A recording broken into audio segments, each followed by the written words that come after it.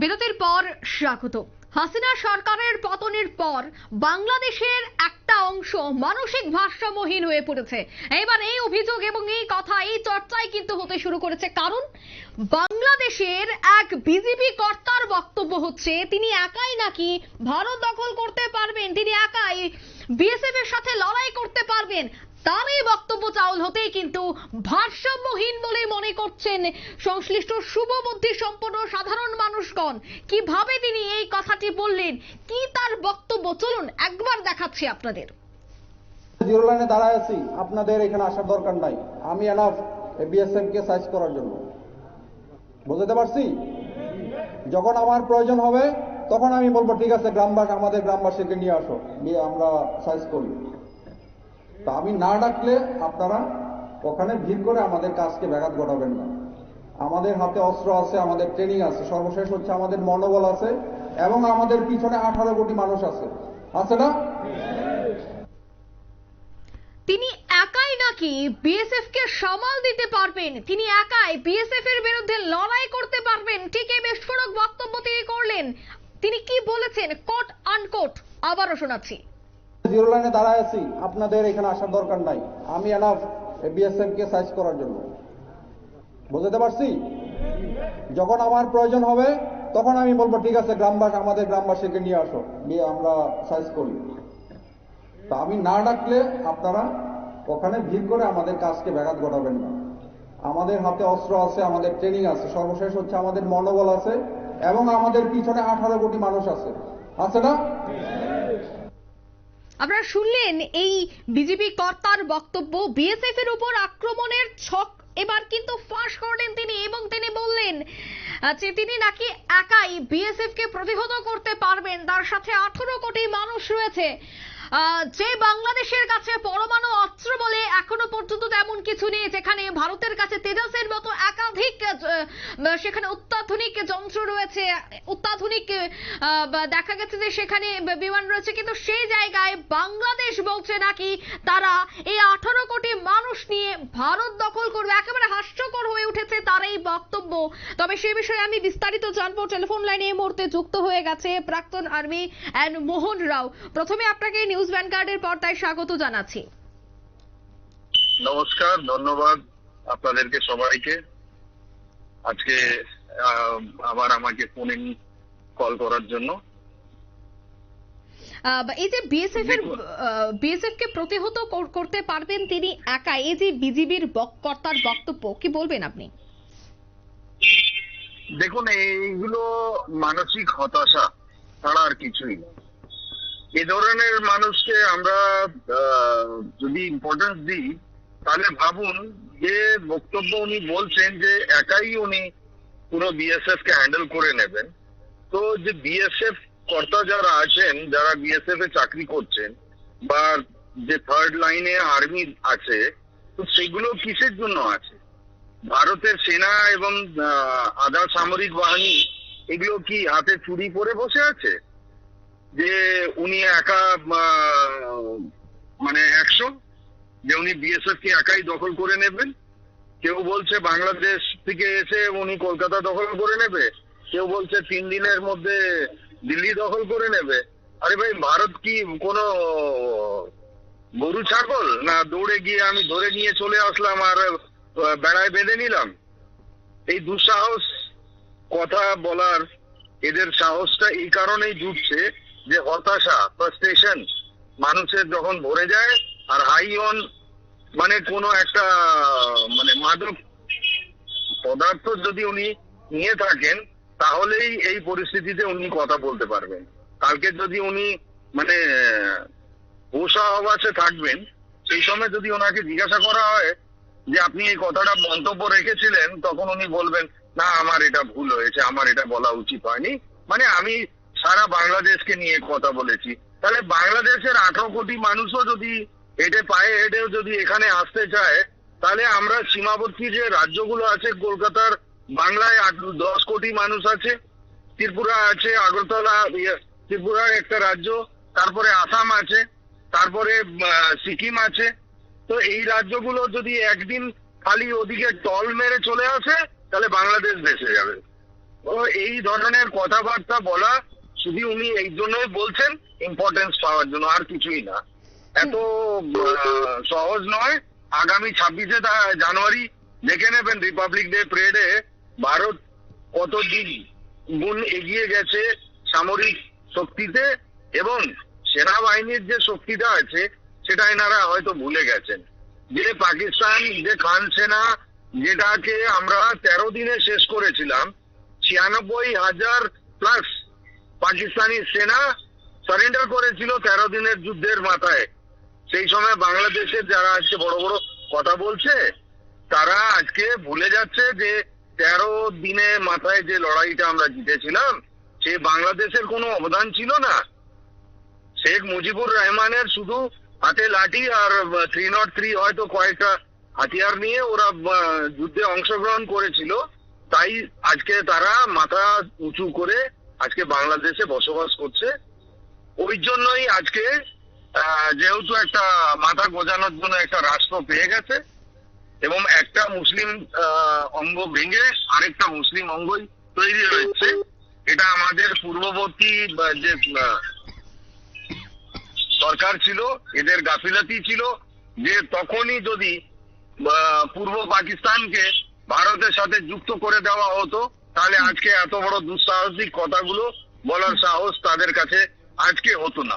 আমার মতে এটাই হতো। তিনি যখন আজ বক্তব্য রাখছিলেন এই সভায়, সে বক্তব্য থেকে তিনি বলছিলেন যে বিএসএফ এর যত অস্ত্র রয়েছে ভারতে, সমস্ত অস্ত্র নাকি তিনি একাই প্রতিহত করতে পারবেন।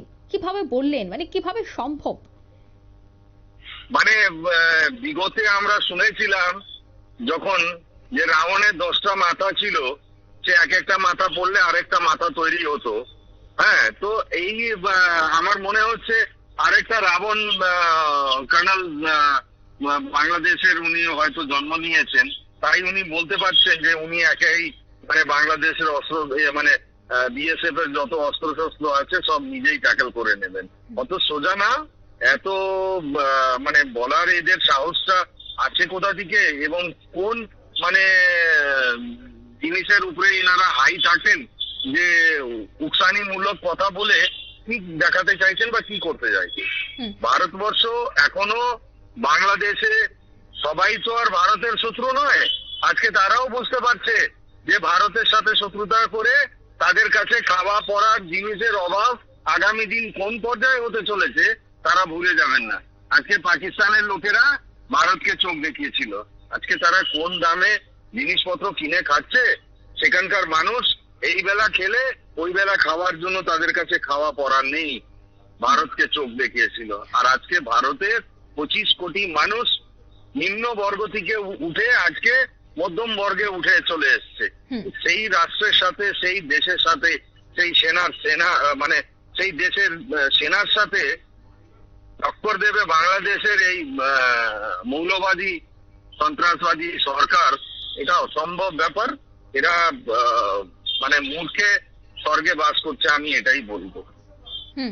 এবং আমরা যখন হাসিনার সরকার ছিল বাংলাদেশে তখন এত ভারত বিরোধী স্লোগান বা মৌলবাদীদের এত দাপাদাপি এবং একেবারে বিজেপি এভাবে প্রকাশ্যে কোনো কিছুই বলার সাহস পেত না, কারণ সবটাই ছিল কারণ হাসিনার সরকার থাকাকালীন ভারত এবং বাংলাদেশের যে সম্পর্ক তা অনেকটাই ভালো ছিল। কিন্তু হঠাৎই যখন হাসিনার সরকারের পতন এবং সেখানে ইউনূসের বাংলাদেশ তৈরি হতে শুরু করে, এই ইউনূসের বাংলাদেশে দেখা যায় একেবারে প্রথম সপ্তাহ থেকে এখনো পর্যন্ত একই পরিস্থিতি। সেখানে ভারত বিরোধী স্লোগান, যে ভারত বিরোধী স্লোগান আজ থেকে 1 বছর আগে বাংলাদেশ থেকে ওঠেনি, সেই জায়গায় আজ এই মুহূর্তে ভারত বিরোধী স্লোগান। সবটাই কি ইউনূসের আস্ফলন? কি বলবেন? দেখুন, এটা সাইলেন্ট একটা সাপোর্ট ছিল। আমি আগেও বলেছি যে ভারতবর্ষকে ডিস্টার্ব করার জন্য ওয়ার্ল্ড যেটা ডিপ স্টেটের একটা স্ট্র্যাটেজি ছিল যে ভারতকে কোনো না কোনো ভাবে একটা ছোটখাটো একটা যুদ্ধের মধ্যে এঙ্গেজ করে রেখে দেওয়া, তাতে আমাদের অর্থনৈতিক যাবতীয় জিনিস আমরা আজকে ডেভেলপ করেছি সেগুলো সব কিছু ধ্বংস হয়ে যাক। কেন কি একটা দেশ যখন যুদ্ধে নেমে যায় আর আত্মসম্মানের যখন লড়াইটা চলে না, তো সেই জায়গায় ভারতবর্ষকেও অনেক কিছু ওখানে যত্ন করে এই জায়গাটাকে তৈরি করার মানে সংঘর্ষ করতে হতো। তাই আমি ধন্যবাদ দেব এই লিডারশিপকে যারা একদম ধৈর্য রেখে বাংলাদেশের কতদিন এরা উস্কানিমূলক কথা বলবে? আগামী কয়েকদিনের মধ্যে এদের সব কথা বন্ধ হতে চলেছে। মোহাম্মদ ইউনূসও বুঝতে পেরেছে যে তার দিন আর বেশি নেই, তাকে আর বেশি দিন বাংলাদেশ চালানোর মতন সুযোগ সুবিধা যে সরকারটা নিয়েছিল সেই সরকার কিন্তু আজকে আমেরিকাতে নেই। আজকে যে সরকার আসছে, সামনেই তো রয়েছে 26শে জানুয়ারি প্রজাতন্ত্র দিবস, আর এই প্রজাতন্ত্র দিবসের আগে কি বিজেপি অর্থাৎ বাংলাদেশকে এক প্রকার হুমকি দিয়ে দিল ভারতকে? দেখুন, এইরকম ছোটখাটো জিনিসগুলো মানে লোকে যদি কেউ বলে তাহলে ওরা তো এটাকে মানে অ্যাভয়েড করা বা এই মানে কমেন্টস গুলোকে প্রশ্রয় দেওয়াও আমাদের মানে ভুল হবে। কেন কি এই ধরনের লোককে আমরা ইম্পর্টেন্স দিয়ে এদের ইম্পর্টেন্সটাকে বাড়িয়ে দিচ্ছে। কারণ এদের ক্ষমতা নেই। যদি আজকে বাংলাদেশও যদি সরাসরি ভারতের সাথে যুদ্ধে যদি নামতে চায়, তাহলে যখন ভারত আর পাকিস্তানের যুদ্ধ হয়েছিল 1971 সালে, বাংলাদেশ যখন মুক্তি পেয়েছিল, সেই সময় একটা লিমিটেড একটা বাংলাদেশের সাথেই শুধু ইস্ট বা পাকিস্তানের সাথেই যুদ্ধ ছিল। আমরা ওয়েস্টার্ন ফ্রন্টও সেরকম পুরো ওপেন করিনি। আমরা শুধু লড়েছিলাম ইস্টার্ন ফ্রন্টে, আর ইস্টার্ন ফ্রন্টে আমরা 13 দিনের যুদ্ধটাকে শেষ করেছিলাম। এবং আজকে 1971 সাল আর আজকে 2025 সাল, মানে প্রায় একটা কোয়ার্টার সেঞ্চুরি পার হয়ে গেছে। এবং এই কোয়ার্টার সেঞ্চুরির প্রায় অধিকাংশ সময়ে ভারতবর্ষ নিজেকে নিউক্লিয়ার পাওয়ার হিসাবে ডেভেলপ করেছে এবং মজবুত একটা ডিফেন্স যেটা দরকার আজকের যুগে। যদি আপনার কাছে মজবুত ডিফেন্স থাকে তাহলে কোন দেশ চোখ রাঙানি করবে না, করতে পারবে না। আজকে চায়নার মতন দেশ যখন। শেষ আপনাকে একটা প্রশ্ন করব। এখন বর্তমান সময়ে একটা চাঞ্চল্যকর তথ্য উঠে এসেছে বাংলাদেশ থেকে, তা হচ্ছে বাংলাদেশের যুব সমাজ তারা পাকিস্তানে গিয়ে তারা সেখান থেকে ট্রেনিং নিচ্ছে, জঙ্গিদের থেকে তারা ট্রেনিং নিচ্ছে এবং এখন পাকিস্তানের একটা ভালো বন্ধু হয়েছে বাংলাদেশ এবং বাংলাদেশের একটা অংশ। এই যে পাকিস্তানের সাথে বন্ধুত্ব এবং ভারতের যেভাবে দেখা যায় যে যুব সমাজকে কিভাবে ভবিষ্যতে আরো এগিয়ে যাওয়া যায়, প্রযুক্তির দিক থেকে শুরু করে তাদের কিভাবে কর্মসংস্থান দেওয়া যায়, এই বিষয়টারও এদিকে জোর। অন্যদিকে দেখা যাচ্ছে যে ইউনূসের বাংলাদেশের যুব সমাজ তারা এবার যাচ্ছে পাকিস্তানে জঙ্গিদের থেকে প্রশিক্ষণ নিতে। এই যে অন্য একটা চিত্র, এই যে ইউনূসের আমলে নয়া একটা বাংলাদেশ তৈরি হচ্ছে, এই যে বাংলাদেশের ছবি উঠে আসছে, আন্তর্জাতিক মহলে কতটা বিরূপ প্রতিক্রিয়া সৃষ্টি হচ্ছে, কি বলবেন আপনি? দেখুন, বাংলাদেশ যেই দিকে যাচ্ছে আগামী দিন আরেকটা পাকিস্তান হতে চলেছে। এই যদি পরিস্থিতি থাকে তাহলে সারা বিশ্বে যেমন পাকিস্তান জঙ্গি ছড়িয়েছে সেরকমই বাংলাদেশও জঙ্গি পাঠাবে এবং আগামী দিন হয়তো বাংলাদেশও টেররিস্ট স্টেটে ডিক্লেয়ার হয়ে যাবে। তখন বাংলাদেশের নিজের যে জনগণ আছে যারা শেখ হাসিনার টেনেওরে তাদের ইকোনমি বলুন, তাদের জিডিপি বলুন, তাদের টেক্সটাইল ইন্ডাস্ট্রি বলুন, তাদের ট্যুরিজম সেক্টর বলুন, তাদের ফিশিং সেক্টর বলুন, সমস্ত দিক এগিয়ে ছিল, সমস্ত দিক সুন্দরভাবে এগিয়ে যাচ্ছিল। এমন একটা উস্কানিমূলক মন্তব্য করে এটা একটা চরমপন্থী বিচারধারা এবং জিহাদি বিচারধারা এখন ওখানে। এবং আমরা এই যে মৌলবাদী সরকারগুলো যেখানে যেখানে আছে এদের মাইন্ডসেটই হচ্ছে জিহাদি মাইন্ডসেট। আমরা একা থাকবো, তারপরে অন্য কারোকে এখানে রাখবো না। যখন সবাই উৎখাত হয়ে যাবে বা ফোর্সিবল কনভার্সন হয়ে যাবে তারপরে আবার নিজে নিজে লড়ে মরবো। যেমন ইরাকে হচ্ছে, যেমন ইরানে হচ্ছে, যেমন সিরিয়ায় হচ্ছে, যেমন ইয়েমেনে হচ্ছে, যেমন আপনার অন্যান্য আরবিক কান্ট্রিগুলোতে হচ্ছে। আজকে যেখানে আরব জন্ম হয়েছে সেই জায়গাগুলো প্রোগ্রেসিভ মাইন্ডসেট গ্রো করছে। তারা বলছে যে ভাই যদি ডেভেলপমেন্ট এবং মানুষের ডেভেলপমেন্ট যদি করতে হয় তাহলে ওয়ার্ল্ডের সাথে মুভ করতে হবে। টেরোরিজমের জায়গা সারা বিশ্বে কোথাও নেই এবং আজকে বাংলাদেশও সেই জায়গায় পৌঁছাচ্ছে এবং আগামী দিন বাংলাদেশ অনেক কিছু লুজ করবে এটা আমি মনে করি। কারণ কি আপনি এই জিহাদি মাইন্ডসেট মানুষের মধ্যে ভরে আপনি কতদিন লড়বেন? একটা অর্গানাইজ সেনা এবং ডিসিপ্লিন সেনার সাথে লোন গুণ অ্যাটাক করে হয়তো আপনি 10-50 লোককে একবার মেরে দিতে পারেন, কিন্তু যখন একটা ফুল ফ্লেজেড ওয়ার হয় তখন সারা দেশ কিন্তু ধ্বংস হয়ে যায়।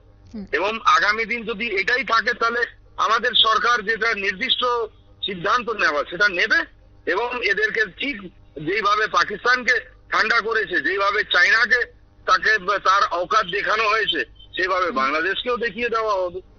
বেশি সময় লাগবে না এদেরকে ঠান্ডা করতে, একদমই। চিন্তা নেই। ধন্যবাদ আপনাকে। ধন্যবাদ, নমস্কার। আমরা কথা বলছিলাম প্রাক্তন কর্তা অর্থাৎ আর্মি কর্তা ছিলেন এবং তিনি যে কথাগুলি তুলে ধরেছেন সেই কথায় কিন্তু একটা বিষয় স্পষ্ট যে বাংলাদেশ এই মুহূর্তে কিন্তু ধীরে ধীরে অন্তকারের দিকে ঠুকছে। যে কথাগুলি উঠে আসছে, যে অভিযোগগুলি উঠে আসছে, এই অভিযোগের পরিপ্রেক্ষিতে আন্তর্জাতিক মহলে কিন্তু এবার মুখ পুড়ছে ইউনূসের। তবে আমি আরো একবার আপনাদের শোনাবো যে বিজেপি কর্তা কি বক্তব্য পেশ করেছেন। জিরো লাইনে দাঁড়ায় আছি, আপনাদের এখানে আসার দরকার নাই। আমি এনাফ বিএসএফ কে সাইজ করার জন্য। বুঝতে পারছি? যখন আমার প্রয়োজন হবে তখন আমি বলবো ঠিক আছে গ্রামবাসী, আমাদের গ্রামবাসীকে নিয়ে আসো, নিয়ে আমরা সাইজ করি। তা আমি না ডাকলে আপনারা ওখানে ভিড় করে আমাদের কাজকে ব্যাঘাত ঘটাবেন না। আমাদের হাতে অস্ত্র আছে, আমাদের ট্রেনিং আছে, সর্বশেষ হচ্ছে আমাদের মনোবল আছে এবং আমাদের পিছনে 18 কোটি মানুষ আছে, আছে না? আরো একবার আপনাদের শোনাবো যে তিনি ঠিক কি বলেছেন, কোট আনকোট। জিরো লাইনে দাঁড়ায় আছি, আপনাদের এখানে আসার দরকার নাই। আমি এনাফ বিএসএফ কে সাইজ করার জন্য। বুঝতে পারছি? যখন আমার প্রয়োজন হবে তখন আমি বলবো ঠিক আছে গ্রামবাসী, আমাদের গ্রামবাসীকে নিয়ে আসো, নিয়ে আমরা সাইজ করি। তা আমি না ডাকলে আপনারা ওখানে ভিড় করে আমাদের কাজকে ব্যাঘাত ঘটাবেন না। আমাদের হাতে অস্ত্র আছে, আমাদের ট্রেনিং আছে, সর্বশেষ হচ্ছে আমাদের মনোবল আছে এবং আমাদের পিছনে 18 কোটি মানুষ আছে, আছে না? আপনারা শুনলেন এই বিজেপি কর্তার বক্তব্য। তিনি বললেন যে তিনি একাই বিএসএফ কে প্রতিহত করতে পারবেন, বিএসএফ এর অস্ত্র প্রতিহত করতে পারবেন, তিনি একাই সবটা করতে পারবেন। তবে কি ভারত দখলের ডাক এবং তার পিছনে 18 কোটি বাংলাদেশিরা রয়েছে, জনগণ রয়েছে, সে কথাও তিনি বললেন। এবং এই বিষয়গুলিকে কেন্দ্র করে বিরূপ প্রতিক্রিয়া সৃষ্টি হচ্ছে। তবে সে বিষয়ে আরো বিস্তারিত জানবো। টেলিফোন লাইনে এই মুহূর্তে যুক্ত হয়ে গেছে এক্সিকিউটিভ এডিটর নীল বণিক। নীল, বিজেপি কর্তার এই বক্তব্য কিভাবে দেখছো তুমি? দেখো, সামনেই প্রজাতন্ত্র দিবস, যদিও বা 23শে জানুয়ারি থেকে 26শে জানুয়ারি পর্যন্ত কেন্দ্রীয় সরকার এই প্রজাতন্ত্র দিবস উৎসব, সেই উৎসব পালন করার সিদ্ধান্ত নিয়েছে। অর্থাৎ আমরা এই মুহূর্তে ভারতের 140 কোটি জনগণ প্রজাতন্ত্র দিবসের যে অনুষ্ঠান, সেই প্রজাতন্ত্র দিবসের অনুষ্ঠান পালন করছি। এবং ঠিক প্রজাতন্ত্র দিবসের অনুষ্ঠানে 26শে জানুয়ারি দিল্লিতে ভারতের যে আর্মি, সেই আর্মি নিশ্চয়ই শক্তি পরীক্ষা দেখাবে। প্রতি বছরই দেখায় এবং এবারও দেখাবে। অর্থাৎ আগামী দিনে ভারতের প্যারামিলিটারি এবং ভারতের মিলিটারি তারা কিভাবে মানে ভারতের যারা চিরশত্রু দেশগুলোকে কিভাবে তারা জব্দ করবে তার একটা ডেমনস্ট্রেশন কোথাও দিল্লিতে দেখায়। এবং ভারত তখনই দেখায় আগামী 5 বছরে ভারতের আরো কি কি অস্ত্র রয়েছে, সমস্ত অস্ত্র কিন্তু এই প্রদর্শনীতে আসে না। মানে এই বছর যে প্রদর্শনীতে যে নতুন অস্ত্রগুলো নিয়ে আসা হবে সেটা গত 3 থেকে 4 বছর আগেই ভারত তৈরি করে ফেলেছে। এবং আগামী দিনে ভারত কি অস্ত্র ব্যবহার করবে সেটাও অলরেডি যখন মজুত হয়ে যায় তখনই এই অস্ত্রগুলো বার করা হয়। এবছরও সেটা ব্যতিক্রম হবে না। এর বছরও বেশ কিছু অস্ত্র কিন্তু ভারত কিন্তু দিল্লির বুকে প্রদর্শন করবে। এবং সেই প্রদর্শনী অনুষ্ঠান নিশ্চয়ই বাংলাদেশের যারা সেনা কর্তারা তারা আইএসআই কে সঙ্গে নিয়ে দেখবে, কারণ তাদের তো এখন হচ্ছে দোসর হচ্ছে আইএসআই। এবং ইতিমধ্যেই আমরা জানি যে বেশ কিছু আইএসআই এর তোমার হচ্ছে ঊর্ধ্বতন কর্তৃপক্ষ বাংলাদেশ সফরে তারা গিয়েছিলেন। বাংলাদেশ সফরে গিয়ে বাংলাদেশ সেনার সঙ্গে বিভিন্ন আলোচনা করেছেন। এবং যেখানে ভারতের প্রজাতন্ত্র দিবস আর কয়েকদিন বাদে দিল্লি সহ গোটা দেশ জুড়ে হাই অ্যালার্ট রাখা হয়েছে, সেই জায়গা থেকে বাংলাদেশি এই যে সেনা কর্তা, তার নাম বাংলাদেশি সেনাকর্তার যে নাম ইতিমধ্যেই জানা যাচ্ছে যে তোমার হচ্ছে তার যে ভাইরাল বক্তব্য ইতিমধ্যেই কিন্তু ভাইরাল হয়েছে এবং তিনি যেটা জানিয়েছেন যে বিএসএফ কে সাইজ করার জন্য আমি একাই যথেষ্ট বললেন বিজিবি কর্নেল গোলাম কিবরিয়া। এর নাম হচ্ছে বিজিবির কর্নেল গোলাম কিবরিয়া। এই বিজিবি কর্নেল গোলাম কিবরিয়া বলেছেন যে তিনি বিএসএফ কে নাকি বর্ডারে একাই সাইজ করতে পারবেন। এখন তিনি কোন পরিস্থিতিতে কিভাবে বলেছেন সেটা আমার জানা নেই, তবে এই যে মানে বিজিবি কর্নেল গোলাম কিবরিয়া তিনি হয় এটা হাততালি পাওয়ার জন্য তিনি করেছেন এবং বাংলাদেশের যে নতুন এই ইউনূসের আমলে তোমার হচ্ছে যে নির্বাচন হবে সেই নির্বাচনে হয়তো এমপি টিকিট নেওয়ার জন্য বা তার পরিবারের কেউ এমপি টিকিট পাবে তার জন্য হয়তো হাততালি দেওয়ার জন্য এইভাবে তিনি সামরিক ড্রেস পরে তিনি এইরকম একটি বক্তব্য রেখেছেন এবং সেই বক্তব্য রাখার পরে তিনি নাকি বাংলাদেশের যে অস্ত্র রয়েছে সেই অস্ত্র দিয়ে নাকি তিনি ভারতের বিএসএফ কে প্রতিহত তিনি করতে পারবেন, এইরকম একটি বক্তব্য তিনি রাখলেন।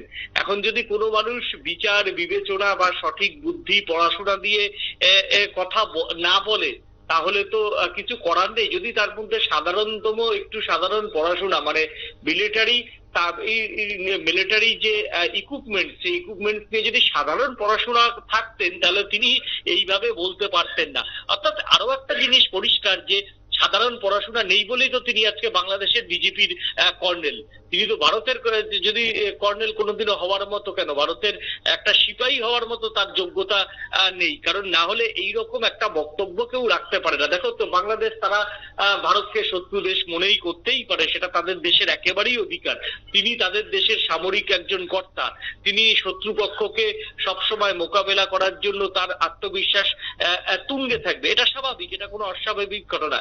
কিন্তু তিনি একাই বিএসএফ কে সাইজ করে দেবেন এই কথাটাতেই তার মূর্খামির পরিচয় পেয়েছে। তিনি যদি বলতেন যে বাংলাদেশের বিএসএফ কে আমরা প্রতিহত করব, সেটা তো তার ডিউটি, প্রতিহত করার জন্যই তো তিনি বাংলাদেশের সরকার তাকে মায়না দেয়, তাকে সামরিক অস্ত্র দিয়েছে, তাকে এই ড্রেসটা দিয়েছে। এটা তো সত্যি, তিনি তো প্রতিহত করার জন্যই মায়না পায় এবং একটা সামরিক বাহিনীর কনফিডেন্স তারা যতই ছোট হোক না কেন তাদের একটা কনফিডেন্স থাকা দরকার। কনফিডেন্স তার একদম ঠিকই রয়েছে, কিন্তু তিনি যে গল্পগুলো বলেছেন সেটাই গল্পগুলোকে আষাঢ়ে গল্প বলে মনে করছেন একটা বড় অংশ, কারণ তিনি একাই বিএসএফ কে প্রতিহত করতে পারবে এই যে কথাটা যদি না বলে তিনি যদি বলতেন যে বিজেপি বিএসএফ কে প্রতিহত করতে সচেষ্ট বা আপনার বিএসএফ কে ভারতের বিএসএফ কে প্রতিহত করার ক্ষমতা রয়েছে, এতে অন্যায় কিচ্ছু নেই। এটা তিনি অপোনেন্ট সেনাকর্তা হিসেবে তিনি তো বলবেনই, তার দেশের যারা নিচুতলার সেনা আধিকারিকরা রয়েছেন তাদের মনোবল চাঙ্গা করার জন্য, দেশের 18 কোটি মানুষের মনোবল চাঙ্গা করার জন্য। কিন্তু তিনি নাকি একাই প্রতিহত করতে পারবেন, অর্থাৎ তিনি একাই সেই হিন্দি ফিল্মের বা তাদের দেশের ওই কি সব অর্থাৎ তবে কি মনে করছো নীল যে হাইলাইট হওয়ার জন্য এবং নিজেকে জনপ্রিয় করার জন্য এই মুহূর্তে কারণ যেহেতু একটা ভারত বিরোধী জিগির রয়েছে বাংলাদেশের একটা অংশের মধ্যে, তাই এই ভারত বিরোধী জিগিরের মধ্যে নিজের জনপ্রিয়তা বাড়ানোর জন্যই এই বক্তব্য তার? একেবারে এটা ভারত বিরোধী জিগিরকে সম্পূর্ণভাবে ব্যবহার করার জন্যই তিনি এই বক্তব্য রেখেছেন। এতে কোথাও কোনো ভুল নেই এবং ভারত বিরোধিতাকে পুঁজি করে তিনি হয়তো প্রমোশন বা তার কারোর পরিবারের কারোর হয়তো এমপি টিকিট কনফার্ম করার জন্য তিনি এইরকম একটি বালখিল্যের মতো এরকম একটা মন্তব্য করলেন, যেখানে সামরিক দিক থেকে ভারত 4 আর বাংলাদেশ 37, প্রথম 10 কেন প্রথম 20তেই নেই। সেই জায়গা থেকে কিভাবে তারা বিএসএফ কে মোকাবিলা করবেন, এটা তো একটা আষাঢ়ে গল্প। দেখো যে কোনো যুদ্ধ বা যে কোনো লড়াই হয় অঙ্কের উপর, সেই অঙ্কের যে প্রথম ধারাপাত, সেই ধারাপাতেই তো এই সেনাকর্তা বাংলাদেশের বিজেপির সেনাকর্তা গন্ডগোল করে ফেলেছেন। অবশ্য বোধবুদ্ধি কতটা আছে তা নিয়ে একটা প্রশ্ন উঠতে পারে। বোধবুদ্ধি থাকলে হয়তো তিনি বাংলাদেশের সেনাবাহিনীর প্রধান, তো ওইরকম তো তাদের দেশে হয়, এরকম বোধবুদ্ধি না থাকলেও শুধুমাত্র মৌলবাদের উপর পুঁজি ভর করে তারা সেনাবাহিনীর বড় বড় পদে বসতে পারে, এটা বাংলাদেশে সম্ভব, এটা অসম্ভব কিছু নয়। হাততালি ফাততালি পাওয়ার জন্য এখন দেখার যে বাংলাদেশের এই যে প্রজাতন্ত্র দিবসের আগে এটা কিন্তু ভারতের জন্য একটা হুমকি দিয়ে রাখলেন যে প্রজাতন্ত্র দিবসের আগে কে ভারতের বিরুদ্ধে যে হুঙ্কার তিনি তুললেন সেই হুঙ্কারকে ভারত খুব একটা পাত্তাও দেবে বলে আমার মনে হয় না। তবে এখন একটা বিষয় দেখার যে এই বিজেপি কর্তা যেভাবে হুমকি দিলেন তারপরে তার কোনো প্রমোশন হয় কিনা, যে বাংলাদেশ সরকার এই যে ভারত বিরোধিতা সুর চড়ানোর জন্য যে তাকে কোনো প্রমোশন দিল কিনা। যদি প্রমোশন না দেয় তাহলে এই সেনাকর্তাকে একবারে এক প্রকার বাংলা ভাষাতে জোকার বলা যায়। যদি ভারত বিরোধিতা সুর চড়িয়ে তিনি যদি প্রমোশন জোগাড় করতে পারেন দ্যাটস ঠিক আছে, ঠিকই করেছেন উনি ওনার জায়গাতে। আর যদি সেক্ষেত্রে কোনো প্রমোশন না হয় তাহলে রাজনৈতিক মহলের একটা অংশ বা আন্তর্জাতিক বিশেষজ্ঞরা যারা এই সেনাদের শক্তি পরীক্ষা নিয়ে অনেক রিসার্চ করে, অনেক পড়াশোনা করে, তারা এই বাংলাদেশি সেনা কর্নেলকে জোকার ছাড়া অন্য কিছু বলবে না। ধন্যবাদ নীল। অর্থাৎ ভারতের বিএসএফ কে জাইজ করার জন্য আমি যথেষ্ট, একেবারে কোট আনকোট এই বক্তব্য তিনি রাখলেন। ভারতের প্রজাতন্ত্র দিবস, তাই নিউজ ভ্যানগার্ড এই বিজেপি নেতাকে বলে দিচ্ছে যে একটু 26শে জানুয়ারির দিন একটু ভারতের দিকে অবশ্যই নজর রাখবেন, কারণ ভারতের সেনারা কি প্রদর্শন করে এবং সেখানে সামরিক শক্তি কতটা রয়েছে সেই বিষয়টা আপনাদেরও দেখার প্রয়োজন। নিয়ে নিচ্ছে এই মুহূর্তে ছোট্ট একটি বিজ্ঞাপন বিরতি।